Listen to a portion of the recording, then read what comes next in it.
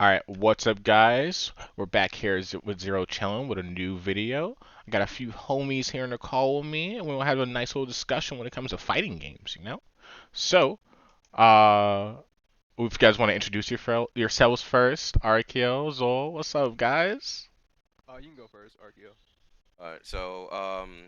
Fighting game veteran, been playing fighting games for about, I don't know, 13 years, something like that, since started off with Smash. You always follow me on, twitch.tv at archeo underscore FGC dot com, I think is on there. But anyway, yeah, that's me. What's going on, everybody? It's Zol Psycho. I am primarily an artist on Twitter and Twitch, twitch.tv /Zol Psycho, twitter.com /Zol Psycho. I am pretty new to fighting games compared to these two guys here. And I primarily have a background in Super Smash Brothers and Street Fighter. Ooh, okay. So today I wanted to really talk about some of the worst fighting game advice you guys have ever received. Um, there's been a lot of recent stuff going on in the scene. I know Panagle Punk had a money match recently where like Twitch chat just started giving him all the wrong advice. We've seen situations like this with other streamers before. I've definitely gotten some bad advice from people. I've given some bad advice to people before. So it's really like, why is it? The real question is like, why are people so bad at giving advice? And also, why are people so afraid to just say like, I don't know, like I don't know have the answer to this? Like fighting games are pretty So, vast. So who wants to start it I off? think first, how we should break this down is what exactly is bad advice? Mm. Because Yeah, some give an people example. Yeah, like, cause some people can take small information and they can build off that themselves, Hmm. right? And other people need a more detailed answer because they may not have as much, expert knowledge or, experience in said thing in a video game or a fighting game. Okay. So, when it comes to like giving advice, you have to. I think the first thing you need to take into account is the skill that this person is at. Hmm. Like if they're like a mid-level player, you can't tell them something that like I don't know someone that's top eighting consistently at a tournament is doing. You can tell them that's a good thing to do, but there's steps to it. You have to work your way up to this point. You have to know what you're doing good now and what you're doing bad now in order to move up and up and up. Yeah. So for instance, since we all played Smash Ultimate, what, Oh, 2, 3 years ago? yeah. I know. I was at a local. Some of the worst advice I've heard myself and gotten um is don't get hit. Oh, just And that react. yeah, it's like the just don't is probably the worst advice I've ever heard anyone give. Like for you to just say just don't get hit or just react or just 6P, it's like you act like there are other foundations that go into fighting games like delayed timing or Hmm. It's just a little bit patronizing to some, or it could be patronizing to some people, because at that point I know how to press a button. Right. right. But you have to tell me when to do it, like, because usually when someone asks a question, when it comes to like how do I beat this character, how do I play neutral, it's you're looking for very specific things, and when you get a very broad answer like, oh, just do this move, it doesn't really tell me anything. Right.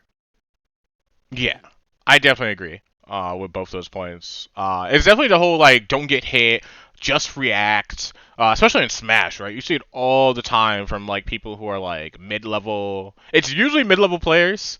Like I'm definitely calling you Hmm. guys out there, like mid-level players, myself included. I consider myself like somewhat average, slightly above average. But like people would just be like, "Oh, how do I play neutral here? Oh yeah, you just got to make sure that like when you're in this space, just do this right here, this specific time. Just do it like that all the time. It'll always work. That's what I do. Just watch how I play the game." And then you get like you play that matchup, you do that option, and you just get hit like every time. And you're like, you didn't tell me that I had to delay my nair at this point or delay my button at this point to make sure that Hmm. this works like this. Like that information is just so it becomes very annoying very quickly. I'm glad you mentioned that. You remember at the start of Strive when Chip was like really strong? You remember Mhm. how strong J2K was? Yes, yes, yes, And yes. how people told you is all you had to do was just anti-air like 6P it. Yeah, And just I'm like, 6p what? it, bro. I'm like, first of all, you have to understand how fast this move is. That Chip, when he does J2K, he can actually shift left and right. So he can actually shift behind you He has a and triple cross jump. you He can up. just not He do has a it. triple jump. He Or can just just not not do do it, or it. alpha blade down to the ground. It's like, bro, you don't. 6P just isn't the answer. Now, even then, let's say your opponent is happy-go-lucky and they love pressing like J2K. Now they can do delay timings. Now if they just they can like jump once in J2K. They can, super jump in J2K. They can double jump in J2K. Yeah, Like for you to just tell me to just 6P, like there's no other like, oh, every time you see the move, just 6P, bro. yeah, exactly. We had the same situation when it came to Kai and Strive as well, and this kind of gets into like how I think good advice can be done. My friend Zol here, he had an issue with Kai Fudriark. It's like a 30 some frame flip kick move that's not an actual Right. overhead. Um, and most characters in the game could just 6p it on reaction, right? Now, Zol played Milia, and he's like, I'm trying to 6p this move, and it's not working. Okay? My upper body invincibility move is not coming out when this flip kick is happening at this timing, right? And not to So, mention, I was playing the game's tutorial mode. It was telling me a 6P the move while I was in shock state. yeah, like when he's already plus after a giant fireball, any situation, like these random weird situations. And I looked at it, and I'm like, I don't think that's how that works. Like, I play Kai. I don't think you should do that right there. Like, your actions get smoked. You know? So what we did is I was like, all right, I don't know for sure. I don't have an answer right now, right? Like he came to me with this question, and I'm like, I don't know. I'm the one who plays Kai, and I'm like, I don't have an answer. So what I did was I went into training mode. We both went into it together, shared my screen, and we started labbing it out. I started You know pressing what's funny about 6p. that? Like other players would have lied. Yeah, They would have been exactly. like, "Oh yeah, yeah, you can 6P it." Yeah, Like, you can okay, 6p it on reaction, bro. Like you're just not doing it well enough. You're probably not doing it fast enough. I was like, bro, I can react to things. I've played Smash. Those moves are frame three. I can react. Yeah. Like, definitely not reacting to frame three options. I don't know why Smash players think you can do that, but yeah, that's another topic. Um, but like, yeah, like you could definitely just go into the lab. We both went into it together, and I found out. I was like, oh, her hurt box is coming out before the actual hitbox of her 6p is active. So of course she's getting hit. So we're like, all right, if 6p is not gonna work, what if we try to 5p it? Because 5p is faster. And go and behold, 5p was a way better option than trying to 6p it. And it took a few minutes of just going to the lab and figuring that out. Now it's difficult when you're a streamer and someone you're looking for advice in your chat and someone's like, "Oh, just do this, just do that," and then you try to do that option mid set and you just lose for it. Like that sucks. Um, but I think a really big reason behind all that is this like weird ego mentality that players have where they want to feel validated and they want to feel right about whatever, you know. And I don't think that's the right way to go about teaching people or even just like learning things yourself. What do you guys think? Yeah, so I've always said that players with an ego, especially when it comes to teaching people or telling someone about a fighting game or any competitive game that is, they need that validation because they felt like they spent a lot of time and effort and practice and blood, sweat, and tears and watching a game and doing all of this to quote unquote perfect their skill at the time or wherever they are at. And when they get proven wrong, I feel like that's like a shot to their ego. Like I put so much time in, I can't possibly be wrong. Like Muzaka, it's like stop. It's okay. You don't know everything. Yeah, like the biggest example is Tekken players, for instance.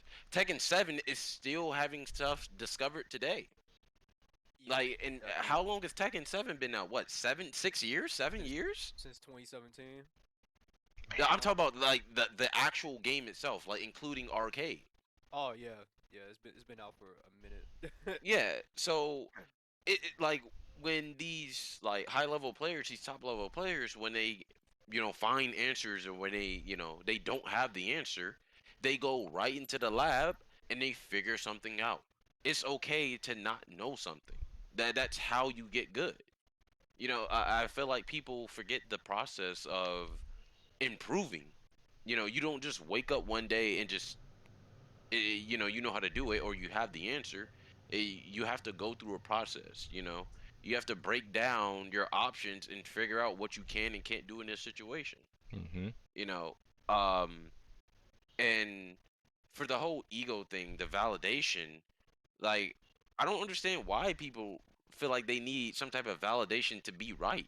Like, I really don't understand it. Like, if there's anyone out there that has an answer, like, I would like to like ask someone that feels that way, like they need their answers to be validated, or like they need to feel validation from someone else being like, yeah, I understand it, or I learned it from this person because he knows what he's talking about. you know you can think about your teachers at school, right? Your professors, they don't become teachers or professors because they want to feel validated that they students learned something from them. No, they just love teaching. Yeah, you know yeah, so not really for certain, because that's just not how the way I see things. That's not how the way I think. But yeah. Did no. you have anything to add there, Zol? Nah, nah, Okay. I think that's about it, guys, for this video. The main thing to take from it, honestly, is it's okay to be wrong. You're fine. We're all in this learning process together. We can get through it together. If you have nothing good to say or you just don't know an answer to some situation and you're in some streamer's chat, just say, Say I I don't don't know. know. It's okay. that's I know right. you want to help them out. They want your help. But honestly, if you don't know and they check your chat, they check their chat and they're like, oh, okay, nobody knows it. All right, I'll figure it out myself. I'm the one playing the game. I will figure it out myself. It's just it was quick and easy to try to see the chat, see if somebody knew something, but Right. apparently you guys don't know it, so it's okay. But if you think you know it and you like say an answer and then you're wrong, that person's just gonna be so upset, and there's no reason for it. There's no reason at all for it. So hope you guys like, subscribe, enjoy this video, or you can choose not to. I don't really care. Give me your opinions down in the comments. Um, and have a good day, guys. All right, we're out.